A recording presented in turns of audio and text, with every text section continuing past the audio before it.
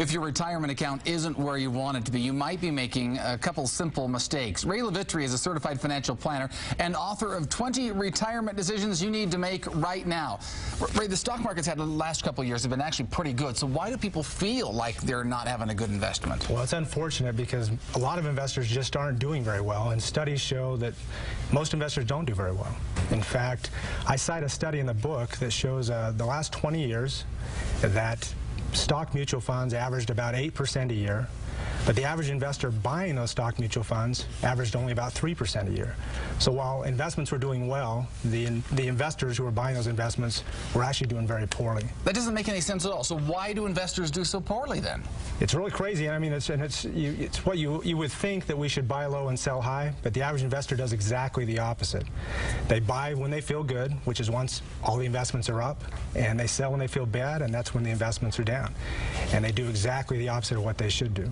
So when we're looking at their investments, what is the actual investor looking? They go back and find some stock that did well in the past? Is that sort of what it is? Yeah, in fact, you can think about it with your 401k plan. You have your 10 or 20 options, and you look down and say, what was the performance in the last year? You tend not to buy the ones that were down 10%. You tend to buy the ones that were up 20 or 25% because you say, I want that 25%. It makes me feel good. I'll jump in, and I just bought high. And that's the whole problem when we're emotionally investing. The things we think are going to be good, and they end up not being good. So what should we do instead? Yeah, the best thing to do is simply to diversify your investments, put money in different segments of the stock and bond market, and then stick it out. You like to liken this to like a baseball field, right? Exactly. Yeah, in fact, if you think about a baseball field and a coach spreads their players across the field because they don't know where the ball is going to be hit. And investing is the same way. We should spread our investments across the stock and bond markets because we don't know what the market's going to hit. But if we have coverage over the entire market, something in our portfolio will likely do very well. How many, because there are several positions on that baseball field there, how many should we realistically be looking at? Yeah, good question. Typically, your portfolio should have anywhere from 8 to 12 different investments, and each of those investments should be they should be invested in a different component of the stock and bond market. So examples would be that you should have large company stocks, mid-size, small size, and international stocks in your portfolio, as well as a distinction between growth stocks and value stocks, and then on the bond side, government, corporate, and international bonds.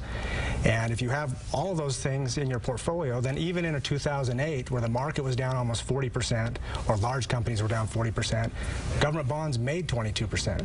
So if I had that piece in my portfolio, my overall portfolio didn't drop as much, I was less likely to overreact, and consequently, I probably experienced better returns. I sort of have a mutual fund. I get my automatic, withdrawal kind of stuff put in there. Right. And I assume that that's diversified because whoever's managing that is diversified. But that's not necessarily the case then, right? Yeah, that's a good point. Your mutual fund in and of itself might own 50 to 100 stocks, but there are 50 to 100 stocks in just one piece of the stock market. So you need one of those for each different piece of the stock market. And again, also the bond market. It's all that diversification thing you're talking about, and exactly. Not being emotional and stuff. Exactly. Ray actually would like to answer more of your financial questions, and he can actually help you with that diversification too. He's doing a great giveaway right now. He's written the book on how to retire. 20 retirement decisions you need to make right now.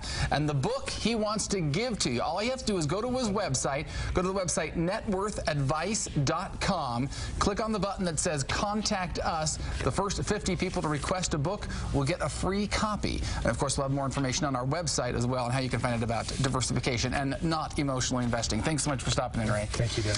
Okay, coming up next, what do you have to do when you get that tough call from a teacher indicating your child has trouble paying attention at school? How to react, reason, and respond, and get to the bottom of what's best for your child.